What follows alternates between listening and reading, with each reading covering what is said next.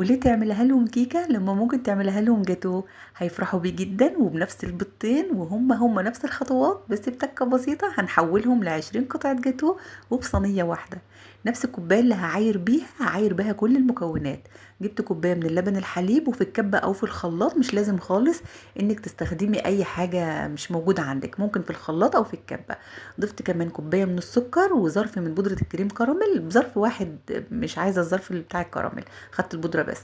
هضربهم مع بعض لحد ما السكر يدوب والكراميل يدوب معاهم. هنزل عليهم بعدين بكوباية الا ربع من الزيت، هي كوباية استخدمتها في كل المكونات حتى الدقيق. هتلاقي ان الخليط طبعا بدأ يبقى يتقل معاكي، الكيك ده بنعمله كتير وكلنا عارفينه. هاخد منه كوباية بالشكل اللي حضرتك شايفاه ده، وزي ما انت شايفه قوامه بقى تقيل كده. هركنها على جنب، وهضيف على بقيه المكونات بيضتين، ظرفين من الفانيليا، وهضربهم في ثواني هيندمجوا مع بعض. وهركن الكوبايه دي على جنب، وممكن تدخليها التلاجة كمان، مش هياخدوا اي وقت وهيكونوا اندمجوا مع بعض. كده خلاص خلصت معانا خطوة الايه الكبة او الخلاط. هنجيب بقى الطبق اللي هنقلب فيه الخليط، وهنا معايا كوباية ونص من الدقيق هنخلهم. ومهم جدا انك تنخلي الدقيق لاي كيك علشان المسام بتاعته تكون حلوة ويكون جواه هواء. هضيف عليه كمان ظرف من البيكنج باودر، ظرف كامل من البيكنج باودر، ورشة صغيرة من الملح. وكده المكونات الجافة هنقلبها مع بعض كويس قبل ما نضيف عليها المكونات السايلة. طبعا الفرن مشغلينه على درجة حرارة متوسطة او درجة حرارة 180 قبل ما نشتغل في اي حاجة خالص. خدت المكونات السايلة ونزلت بيها على الدقيق، وهبدأ ان انا اقلبها كويس. واحنا بنقلب نتأكد ان مفيش كتل من الدقيق ولا تكتلات موجودة، بالمضرب السلك بايدينا عادي. بالشكل اللي حضرتك شايفاه ده سهل جدا ومفيش ابسط من كده. هناخد الخليط بتاعنا، وده بيبقى قوامه بالشكل ده، مش بيبقى خفيف ولا بيبقى تقيل، بيبقى متوسط بالشكل ده. وبيفرد وانت بعد ما بتكبيه في الصينيه بيفرد كده بالشكل ده. هبدأ ان انا انزله في صينيه، ده صاج مقاس 30 في 40. ممكن تستخدمي اكبر صينيه في الطقم المستطيل، هيبقى برضو حلو جدا لو مش عندك صاج مقاس 30 في 40. هوزعه بالشكل ده وهدخلها الفرن على الشبكه، الرف الاوسط على الشبكه. بتقعد بالظبط من ربع ساعه ل 25 دقيقه بالكتير. بيطلع جمالها بالشكل ده وطريه، انا مش بسقيها لان هي طريه جدا جدا. لو عايزين تسقوها بنص كوبايه من اللبن الحليب براحتكم، انا مش بسقيها. وبدات ان انا اوزع الكريمه. ده كريم شانتيه ابيض عادي بنضربه، كوبايه من الكريم شانتيه عليها نص كوبايه من السكر، لو بتستخدموه خام من غير سكر عليها كوبايه من الميه المتلجه، ولازم الميه تكون متلجه. ولو هتستخدموا لبن حليب برضو يكون متلج. هتضربوا الكريم شانتيه لحد ما تتقل قوامها، وتوزعوا كده على الكريمه، بس بعد على الكيكه اسفه، بس طبعا بعد ما الكيكه تبرد. دي كوبايه المقدار اللي احنا خدناه في الاول من الخليط، نزلت بيه في طبق صغير وقلبته، لان هو بيبقى تماسك كده وتقل. فنزلته في طبق صغير وقلبته علشان يفك. وهبدا ان انا اصبه على الكريمه بعد ما سويت الكريمه طبعا، ودخلتها التلاجة ربع ساعه كده تتماسك. نزلت بقى بالخليط الاول اللي خدناه من المقدار بتاع الكيك في الاول، اللي هو فيه الكراميل، ووزعته بالشكل ده طبعا. فردت كملت بالمعلقه، وبدات ان انا اجيب كيس السكر المكرمل اللي بيبقى في العلبه، وبدات اعمل عليه كده زي نقط من الكراميل، عشان انا هعمل شكل قلوب، شكل يعني مختلف شويه.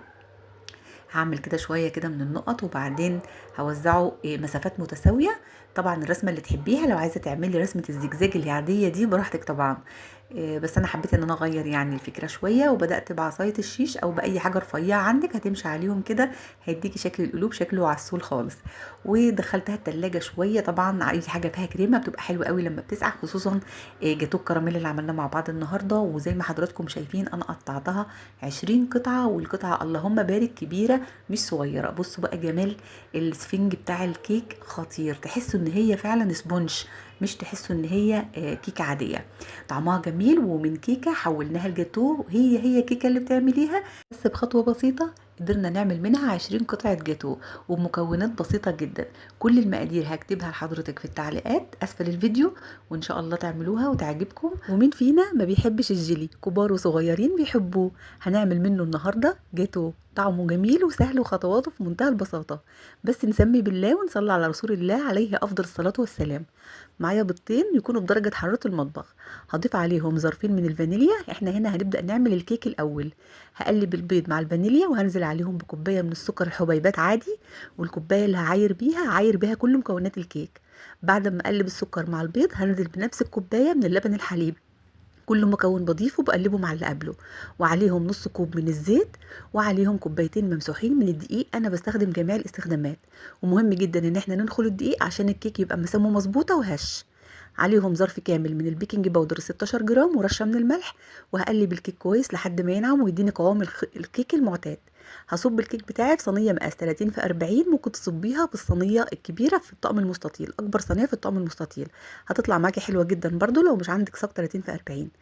طبعا عارفين ان الكيك قبل ما بنشتغل فيه بنسخن الفرن على درجة حرارة 180 او درجة حرارة متوسطة، وبندخل الكيك بتاعنا على الرف على الشبكة في النص. بيقعد معايا 20 دقيقة بالظبط وبخرجه، بيبقى بالجمال ده. بعد ما بيهدى بصب عليه او بسقيه بنص كوبايه من اللبن الحليب، نص كوبايه بس، ويكون الكيك دافي مش يكون سخن قوي ولا بارد. بعد ما يتشرب نص كوبايه اللبن الحليب هضيف عليه الكريم شانتيه. الكريم شانتيه طبعا قلت لكم قبل كده كتير طريقته، بس هعيدها تاني. معايا نص كوبايه من الكريم شانتيه، عليها ربع كوبايه من السكر الحبيبات، بضربهم مع بعض بماء مثلج او حليب، لبن حليب مثلج زي ما تحبوا، ووزعته على الكريمه. وهبدا ان انا ازينه بانصاف من الفراوله. الفراوله طلعت طبعا ولازم ندخلها بقى في وصفاتنا الحلوه. حطيت عليه انصاف من الفراوله، وهبدا ان انا ادخلها التلاجة واجهز الجيلي. بالنسبه للجيلي هنعمله مركز، يعني ملناش دعوه بالمكتوب على العلبه.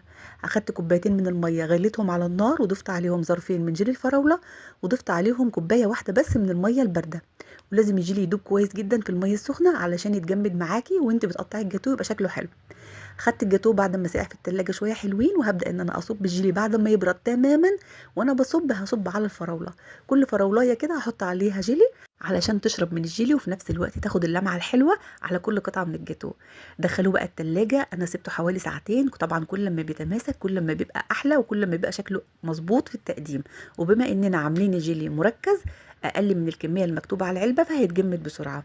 انا قطعته 18 قطعه، بسم الله ما شاء الله اللهم بارك. القطعه كبيره مش صغيره، الصاج ده مقاس 30 في 40، وزي ما قلت لحضرتك ممكن تصبيه في الصينيه الكبيره في الطقم المستطيل. عايزه اقول لكم طعمه حلو، والكيكه خطيره، ما استخدمناش فيها اي ادوات كهربائيه، وتحسوا كده ان انتوا بتاكلوا سبونج، مش تحسوا ان انتوا بتاكلوا كيك بيتي عادي. وبالنسبه للكريمه كتير سالتوني لو ما عندناش مضرب كريمه نعمل جاتو الصاج بايه، والكريمه بتاعته نعملها بايه. اعمليها في الكبه وزيني بيها جاتو الصاج، وسقعيها كويس جدا قبل ما تحط عليها التزيين الاخير. جربوا الجاتو ده ان شاء الله يعجبكم. وصفه سهله جدا والكيكه في منتهى البساطه. كل المقادير هكتبها لحضرتك في التعليقات، والنتيجه زي ما حضراتكم شايفين. ومش قادره اقول لكم طعمه كان حلو ازاي. لو شفت الفيديو بتاعي لحد هنا ما تنسيش تصلي على النبي واللايك والشير، واشوفك ان شاء الله في فيديوهات تانية في حفظ الله ورعايته. ومين فينا ما بيحبش الجيلي؟ كبار وصغيرين بيحبوه. هنعمل منه النهارده جاتو طعمه جميل وسهل وخطواته في منتهى البساطه. بس نسمي بالله ونصلي على رسول الله عليه افضل الصلاه والسلام. معايا بيضتين يكونوا بدرجه حراره المطبخ، هضيف عليهم ظرفين من الفانيليا. احنا هنا هنبدا نعمل الكيك الاول. هقلب البيض مع الفانيليا، وهنزل عليهم بكوبايه من السكر الحبيبات عادي، والكوبايه اللي هعاير بيها كل مكونات الكيك. بعد ما اقلب السكر مع البيض هنزل بنفس الكوبايه من اللبن الحليب. كل مكون بضيفه بقلبه مع اللي قبله، وعليهم نص كوب من الزيت، وعليهم كوبايتين ممسوحين من الدقيق. انا بستخدم جميع الاستخدامات، ومهم جدا ان احنا ننخل الدقيق عشان الكيك يبقى مسامه مظبوطه وهش. عليهم ظرف كامل من البيكنج باودر 16 جرام ورشه من الملح، وهقلب الكيك كويس لحد ما ينعم ويديني قوام الكيك المعتاد. هصب الكيك بتاعي في صينيه مقاس 30 في 40، ممكن تصبيها بالصينيه الكبيره في الطقم المستطيل، اكبر صينيه في الطقم المستطيل، هتطلع معاكي حلوه جدا برضو لو مش عندك صاج 30 في 40. طبعا عارفين ان الكيك قبل ما بنشتغل فيه بنسخن الفرن على درجة حرارة 180 او درجة حرارة متوسطة، وبندخل الكيك بتاعنا على الرف على الشبكة في النص. بيقعد معايا 20 دقيقة بالظبط وبخرجه، بيبقى بالجمال ده. بعد ما بيهدى بصب عليه او بسقيه بنص كوبايه من اللبن الحليب، نص كوبايه بس، ويكون الكيك دافي مش يكون سخن قوي ولا بارد. بعد ما يتشرب نص كوبايه اللبن الحليب هضيف عليه الكريم شانتيه. الكريم شانتيه طبعا قلت لكم قبل كده كتير طريقته، بس هعيدها تاني. معايا نص كوبايه من الكريم شانتيه، عليها ربع كوبايه من السكر الحبيبات، بضربهم مع بعض بماء مثلج او لبن حليب مثلج زي ما تحبوا، ووزعته على الكريمه. وهبدا ان انا ازينه بانصاف من الفراوله. الفراوله طلعت طبعا ولازم ندخلها بقى في وصفاتنا الحلوه. حطيت عليه انصاف من الفراوله، وهبدا ان انا ادخلها التلاجة واجهز الجيلي.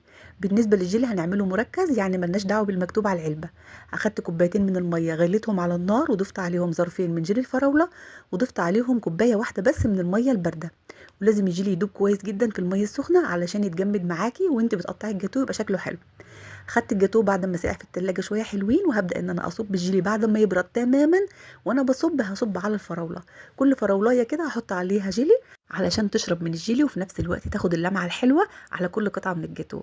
دخلوه بقى التلاجة، انا سبته حوالي ساعتين، طبعا كل ما بيتماسك كل ما بيبقى احلى وكل ما بيبقى شكله مظبوط في التقديم. وبما اننا عاملين الجيلي مركز اقل من الكميه المكتوبه على العلبه فهيتجمد بسرعه.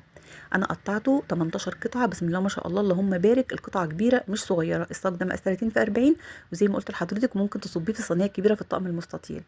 عايزه اقول لكم طعمه حلو والكيكه خطيره، ما استخدمناش فيها اي ادوات كهربائيه، وتحسوا كده ان انتوا بتاكلوا سبونج مش تحسوا ان انتوا بتاكلوا كيك بيتي عادي. وبالنسبه للكريمه كتير سالتوني لو ما عندناش مضرب كريمه نعمل جاتو الصاج بايه، والكريمه بتاعته نعملها بايه. اعمليها في الكبه وزيني بيها جاتو الصاج وسقعيها كويس جدا قبل ما تحط عليها التزيين الاخير. جربوا الجاتو ده ان شاء الله يعجبكم، وصفه سهله جدا والكيكه في منتهى البساطه. كل المقادير هكتبها لحضرتك في التعليقات، والنتيجه زي ما حضراتكم شايفين. ومش قادره اقول لكم طعمه كان حلو ازاي. لو شفت الفيديو بتاعي لحد هنا ما تنسيش تصلي على النبي واللايك والشير، واشوفك ان شاء الله في فيديوهات تانية في حفظ الله ورعايته.